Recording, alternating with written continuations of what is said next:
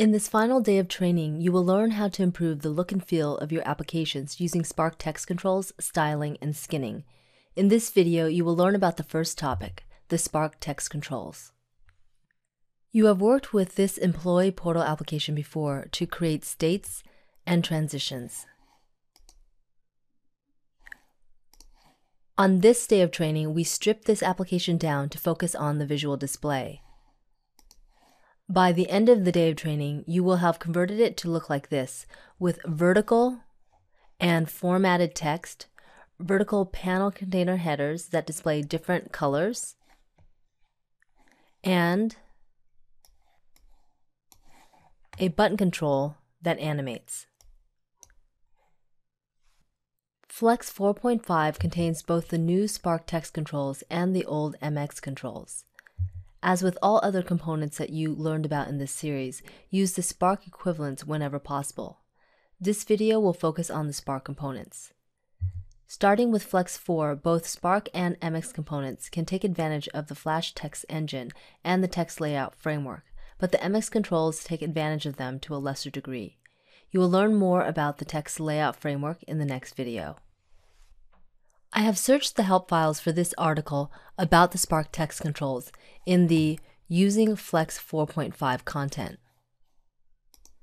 This chart lists the Spark text controls and gives you useful information about whether the control is editable and supports multi-line text. As you just saw in the help files, there are 5 Spark text controls split into 2 categories. The input text controls are text area and text input. The 3 text primitives are label, RichText, and RichEditable Text. As you might expect, the text input controls accept user input. You have used the text input control already in the exercises for this video series. It allows users to enter and edit a single line and a single style of text. The text area control, on the other hand, allows users to enter and edit multiple lines of text. Additionally, this control supports vertical and horizontal scroll bars, as well as other rich formatting options like multiple paragraphs, inline graphics, multiple columns, and more. However, the text area control does not include any user interface controls for applying rich formatting. All the formatting must be changed programmatically. The second category of Spark text controls is the text primitives.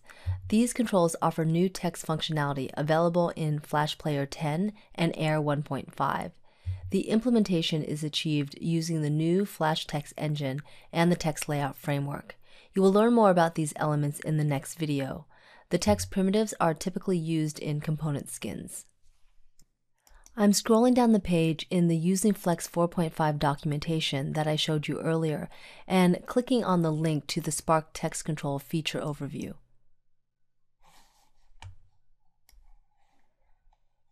You can see that this table lists the features available in each of the text primitive controls. Note that the label control in the first column is the lightest weight control with fewer features than the RichText or RichEditable Text controls. This table is extremely useful for you to quickly identify which control would best fit your needs. As I just mentioned, the label control is the lightest of the 3 text primitives. A perfect use for it is as the label field in a button control, since this requires a limited amount of text. There is an MX equivalent control with the same name, but it is not exactly the same.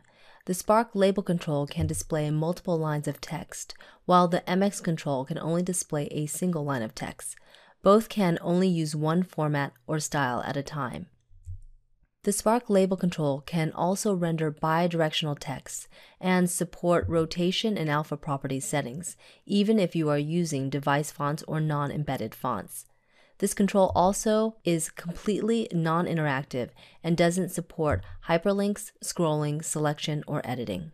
Back in the Employee Portal application, I will show you how to implement and format some label controls. I'm switching to Design mode. The application dimensions look small in Design mode because of my limited presentation window and because the application container does not define any width and height values, which means that it will resize to the available area. I will expand the view in a moment after I place the components. From the Components view, I'm dragging an age group container and placing it above the Employee of the Month panel container. In the Properties view, I'm setting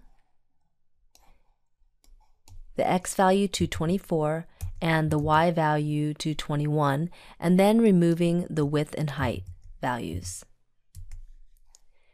In the Layout segment, I'm setting the gap property to 15. Next, from the Components view, I'm dragging an image control and placing it inside of the H group container. In the Properties view, I'm clicking on the folder icon next to the source text field and opening the assets directory and selecting logo.png. I'm switching to source mode and changing the image control to a bitmap image. I'm using the bitmap image control instead of the image control because I'm not going to skin the logo. I'm switching back to design mode and dragging a label control inside the H group container to the right of the logo. With the label control selected, I'm using the Properties view to assign the text a property value of employee, a font weight of bold, and a font size of 38. I'm dragging a second label control and dropping it next to the employee text within the H group container. With the new label control selected, I'm using the Properties view again to change the text value to portal and the size to 38.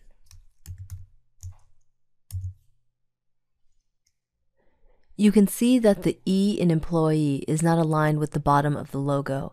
The logo bottom is actually aligned with the bottom of the descenders on the P and the Y. I'm selecting the employee label control and switching back to source mode. Using code hinting, I'm adding the alignment baseline property value to the ideographic bottom. I'm doing the same thing for the portal label control. When I save the file and switch back to design mode, you can see that the logo is now aligned with the bottom of the letter E rather than the descenders of the P and Y. The RichText control is the middle weight Spark text primitive and is equivalent to the MX text control. It can display rich text with multiple character and paragraph formats, but it is completely non-interactive and does not support scrolling, selecting, or editing. I'm opening the cafeteria component by control-clicking on the component name in the main application file. I'm locating the calorie count label control and changing the label control tags to rich text control tags. I'm using the rich text control because I eventually want to format this content, but I don't need any scroll bars. Within the rich text controls, I'm surrounding the text with span flow tags.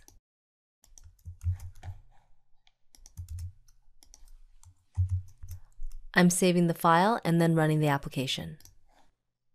The calorie information is still displayed, but it's still not formatted.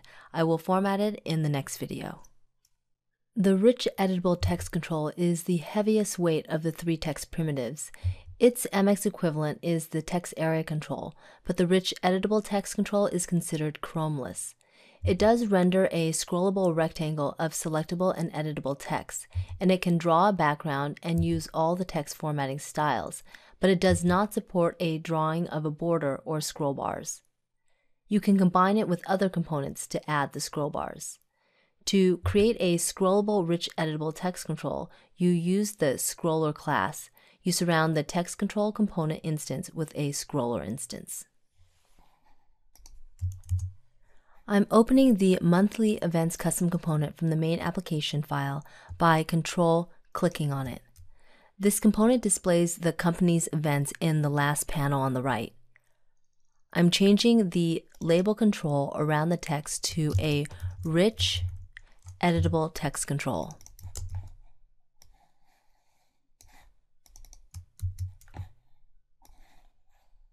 To the opening tag, I'm changing the width property to 100%. I'm saving the application and running it. You can see that much of the text is not displayed, and there's no scroll bar. When I click on the text, you can see that the text is editable.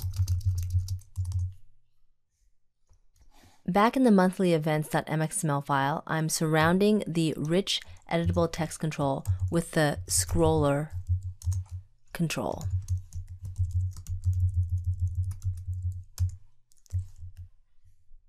To the scroller tag, I'm moving the width and height properties from the rich editable text field.